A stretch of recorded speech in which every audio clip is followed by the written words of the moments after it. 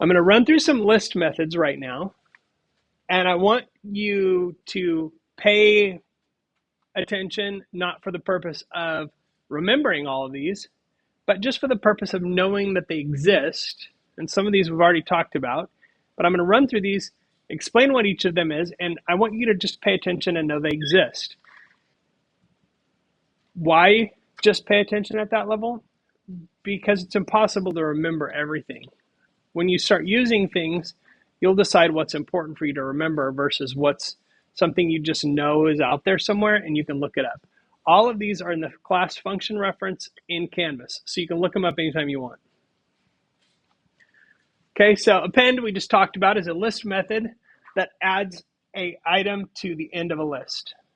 Okay, and a list can be appended to another list.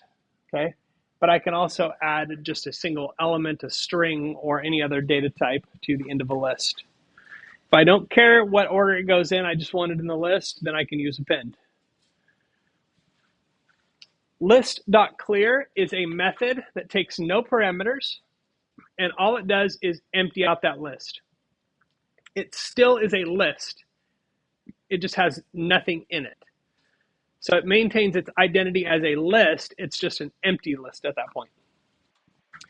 It would be as if I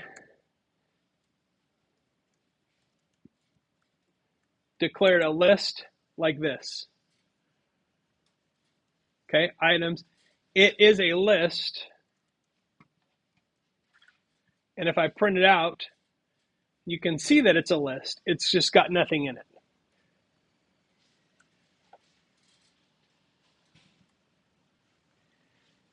If I want to make a copy of a list and put it into a new variable, I can use the copy method. So it's list.copy. And the way I would use that is I would say other list equals list.copy. So I'm basically saying make a copy of the original list and put it into the other list. Count is very useful. Count returns the number of elements with the specified value. Now, this will not tell you how many items are in a list. Okay, there's another function for that, but this will tell you how many times, for example, if in this list of fruits, if I want to find out if cherry appears in there more than one time, I would say fruits.count cherry, and it would tell me how many times. It returns an integer, 0 or greater, that will tell me how many times it appears in that list. Extend can be used to add two lists together. Okay, so extend says if I have fruits and I have a list of cars and I wanted to put them together in one list, I'm not sure why I would do that, but I would say fruit.extend, and then I would give it cars, the other list, as the attribute. And then fruits after that would contain all of the fruits and all of the cars. A weird list indeed. Index is sort of like count, but instead of returning a number that says how many times cherry appears in that list, what it will say is it'll tell you the index of that value. So if I wanted to,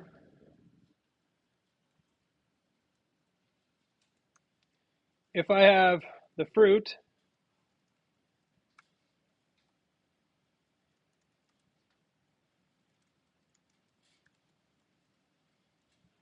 but let's say I have a list of 500 fruits, and I don't want to count them and say 1, 2, 3, 4, and figure out which position that fruit is in. I can use lifruit.index, and then as the argument, I give it the thing I'm looking for. Remember, it has to match everything, including the capitals.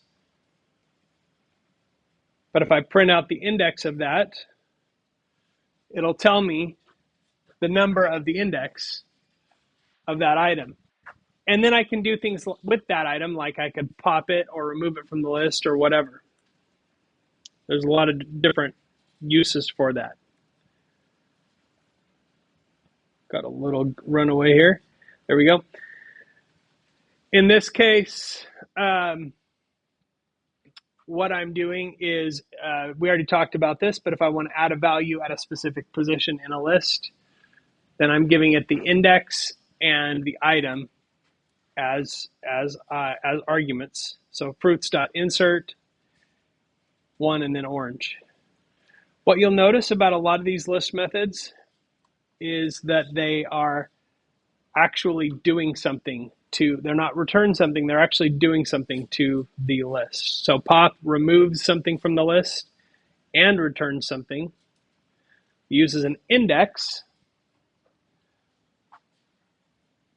to remove that thing. There is a list method called remove. The difference between remove and delete, or remove and pop, is that rather than taking the index, it takes the value. So if I just know the value and I just want it removed from the list, not returned, I can use remove for that.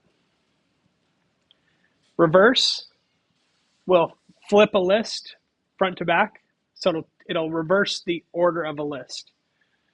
So if you have something a list that you need to flip the other direction, you can do that. Very useful. I can also sort a list. Sorting allows me to sort a list alphabetically. So if I say li fruit, it's apple, orange, cherry, it's not in alphabetical order. If I say li fruit dot sort, just like that, and then I print li fruit, you can see that it gets sorted in alphabetical order. I can also use a keyword argument of reverse. If I say reverse equals true, then it will give it to me in reverse alphabetical order. So that's really useful. Like if you want to alphabetize your employees or something like that, lots of times you want it to sort things. It will sort alphabetically, or if it's numbers, it'll sort from 0 to 1, or from the high number to the low number if you reverse it. The really cool thing about sort, and I'm not going to get into too much detail, but there is some sample code here that I wouldn't mind if you played with, is that I can give it another thing called a key. And a key will point to a function, a custom function, that allows you to sort these items according to any other factor. In this case, the custom function returns the length of that item. So it can sort things by length, by strings by length of characters. I could sort a list of words or a list of sentences by how many times the letter X appears in the sentence. Like there's almost no limit with this to how you could sort data in a list, which makes it really, really powerful. Yes, sir. That's what I just did. All you do with alphabetical is just give it sort with no arguments, and it sorts it alphabetically. So yeah, that's the most basic thing you can do with it, but also very useful.